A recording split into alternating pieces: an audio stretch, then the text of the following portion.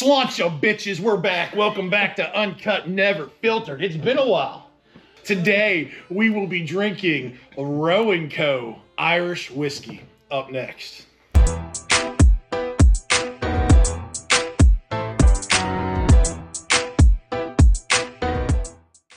All right, like I said, today we are getting into Roe Co. Irish blended whiskey, distilled, aged in Dublin, Ireland, in bourbon cask. So this is actually going to be a blend of Irish whiskeys aged in brand new American white virgin oak. First fill barrels, and the rest in gently used American bourbon barrels that already house that sweet, sweet goodness. And what they're actually doing, they're buying used bourbon barrels from the cooperages here in Kentucky, shipping them over to Ireland.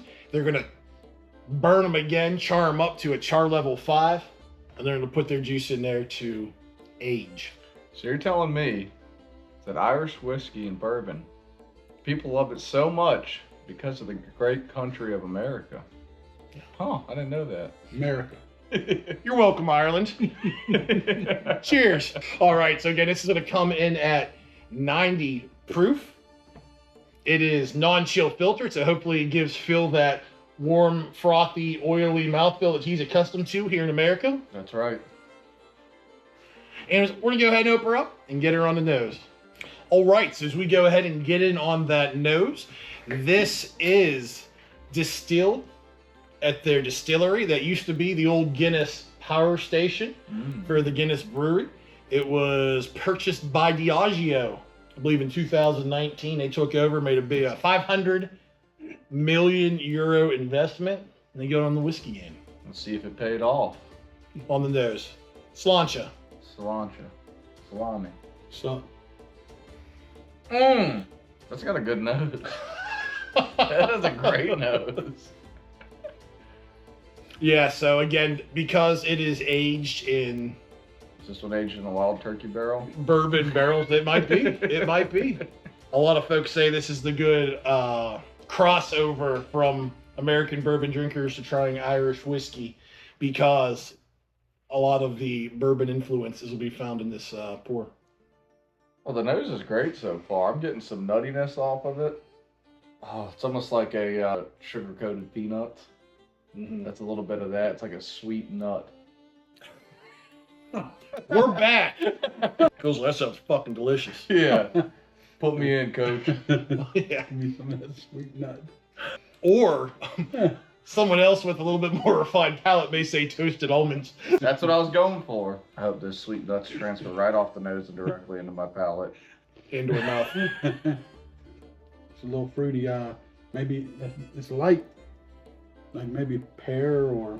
Ooh. Yeah, that's one of the notes people get. An orchard aroma of pear and or apple. We'll see if that transfers over the palate. I think that orchard aroma transfer. That's, you're not getting nuts in your mouth. Phil's swallowing apples. Yep. Wow, that was like overpowering the fruitiness from the, like you said, the orchard flavors were like, boom, right on the palate instantly. No nuts in there. Unfortunately.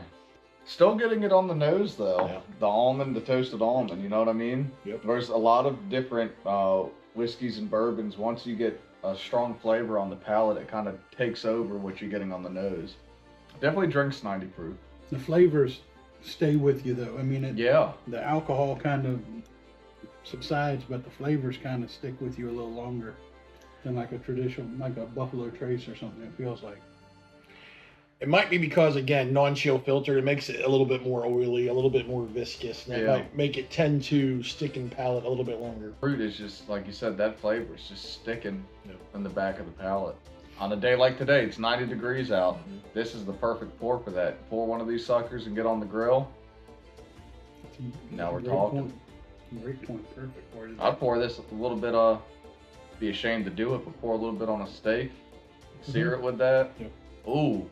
There wouldn't be no shame in it. That's right. Phil gets it. That shit would be good. That's American talking. I want to put this on a big piece of meat. The grocer, as they call it. Is that what they say in Ireland? How do they call it? What are the grocery stores called? Did you go to one? I did. They sell booze in the grocery store like they do They in do. Kentucky? They do. It's called Off Market. Okay. So like Spar is one of their grocery stores. So right next to it will be a Spar Off Market. Oh. And it's wine, beer, whiskeys. This is a common whiskey. This comes in at 30 euro, so about what, $37 USD. Wow. This is actually, they started making their market entry into the United States. I know DC has it, Maryland has it up there on the northern eastern coast, and it's going for about $32 at the liquor barns in those areas.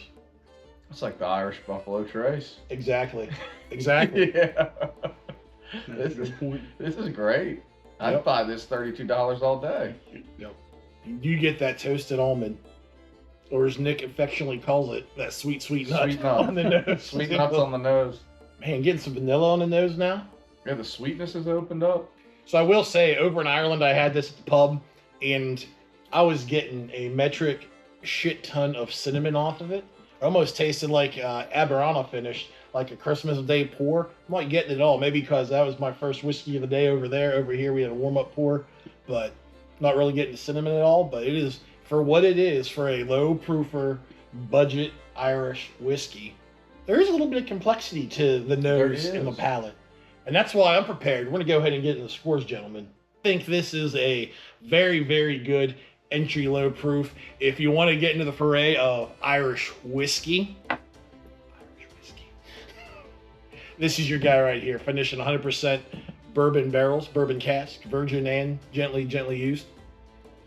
You get a lot of aroma. You get a lot of flavors on the palate. That's why I'm going to give it a score today of 6.9. 6.9. This is a good Irish whiskey. It's not going to be the best that you ever drank, but something to show off to your friends, give them a little piece of Ireland, and that's not offensive to the nose, not offensive to the palate. If you're not a fan of Irish whiskey, you're probably going to like this one, I think. Hate to do it. Hate to do it. Right there with you, 7.0 is what I was thinking.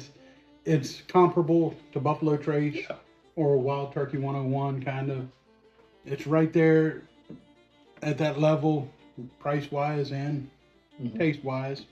That's perfect for what it is. It's perfect for letting the Irish folk know what whiskey should taste like. I think I'm going to go a little bit higher, honestly. When we started talking scores, my mind immediately jumped to around like a 7.3, 7.4, around that realm. Just because a lot of factors. One, the nose is really complex and nice. I don't like a lot of lower proof pours, and this was actually really enjoyable for what it is.